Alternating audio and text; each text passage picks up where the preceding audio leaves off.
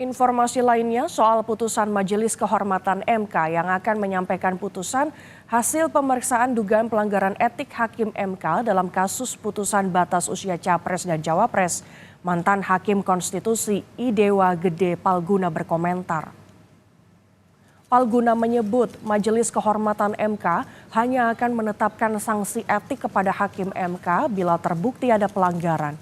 Putusan MK tidak akan mengubah putusan yang sudah ditetapkan para hakim konstitusi. Tetapi putusan para hakim MK yang sudah berketetapan hukum bisa diuji kembali bila ada pengajuan alasan konstitusional baru untuk mengujinya. Saya nggak tahu apakah misalnya Prof. Jimli dan kawan-kawan di Majelis Kehormatan Mahkamah Konstitusi nanti akan berkreasi dalam tanda petik misalnya dalam soal sanksi ini, saya nggak tahu. Tetapi dia tetap berada di wilayah etik. Dia tidak mungkin memasuki putusan Mahkamah Konstitusi. Dengan kata lain, saya ingin mengatakan, putusan Mahkamah Konstitusi sesuai dengan pasal 47 Undang-Undang Mahkamah Konstitusi, bahwa putusan Mahkamah Konstitusi memiliki kekuatan hukum tetap sejak selesai diucapkan dalam sidang terbuka untuk umum, itu tetap berlaku berapapun menjengkelkannya putusan itu bagi banyak orang. Pertanyaannya, bolehkah ini diuji lagi? Boleh. Ada syaratnya tapi.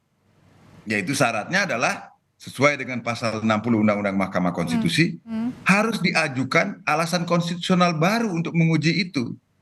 Apakah misalnya yang dimaksud itu adalah bahwa dengan adanya putusan etik, yang mengajukan itu siapa Pak Palguna? Dari alasan konstitusional baru yang digunakan, nah itu kan bisa salah satu kalau menyenggolnya sampai ke situ mungkin gitu ya, bisa itu ya. Jadi bisa diajukan kembali permohonan pengujian terhadap pasal ini kalau terdapat alasan konstitusional baru. Ketua Majelis Kehormatan Mahkamah Konstitusi Jimli Asidiki menanggapi sorotan mengenai kredibilitasnya dalam memutus hasil pemeriksaan dugaan pelanggaran etik Hakim MK lantaran anaknya merupakan pengurus Partai Gerindra. Jimli menyatakan saat ini pihaknya fokus mempersiapkan pembacaan putusan pada Selasa 7 November pekan depan. Enggak apa-apa, kan semua orang punya. Jadi nggak usah dipersoalkan, biarin aja. Yang lihat nanti kita membuat keputusan. Soal keputusan kita itu nanti terserah orang menilai. Jelang putusan dugaan pelanggaran etik Hakim MK dalam kasus putusan batas usia Capres dan Cawapres pada Selasa 7 November, Menko Polhukam Mahfud MD mempercayakannya ke Majelis Kehormatan Mahkamah Konstitusi. Mahfud menegaskan ia mendukung Ketua Majelis Kehormatan MK Jimli Asidiki untuk memutuskan dugaan pelanggaran etik Hakim MK dengan sebaik-baiknya demi keberadaban demokrasi. Ya, saya mendukung Pak Jimli dan para akademisi serta pecinta konstitusi dan demokrasi agar memutus ini dengan sebaik-baiknya demi keberadaban demokrasi kita. Ya, agar demokrasinya itu sehat.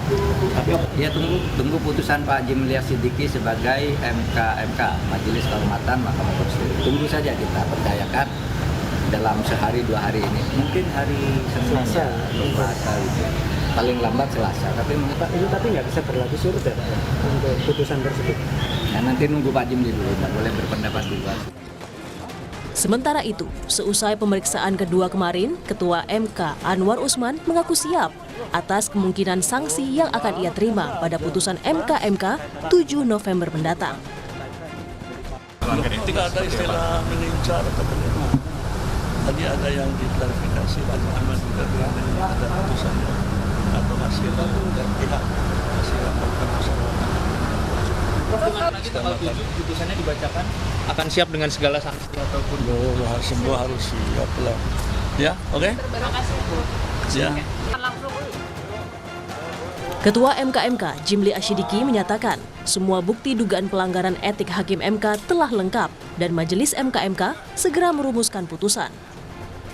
Menjawab pertanyaan apakah putusan etik MK akan mengubah putusan MK mengenai batas usia Capres dan Cawapres, Jimli meminta publik menunggu putusan dibacakan. Tapi Jimli juga menyatakan putusan MK akan ada pengaruhnya pada putusan MK dan pendaftaran bakal Capres dan Cawapres. Tim Liputan, Kompas TV.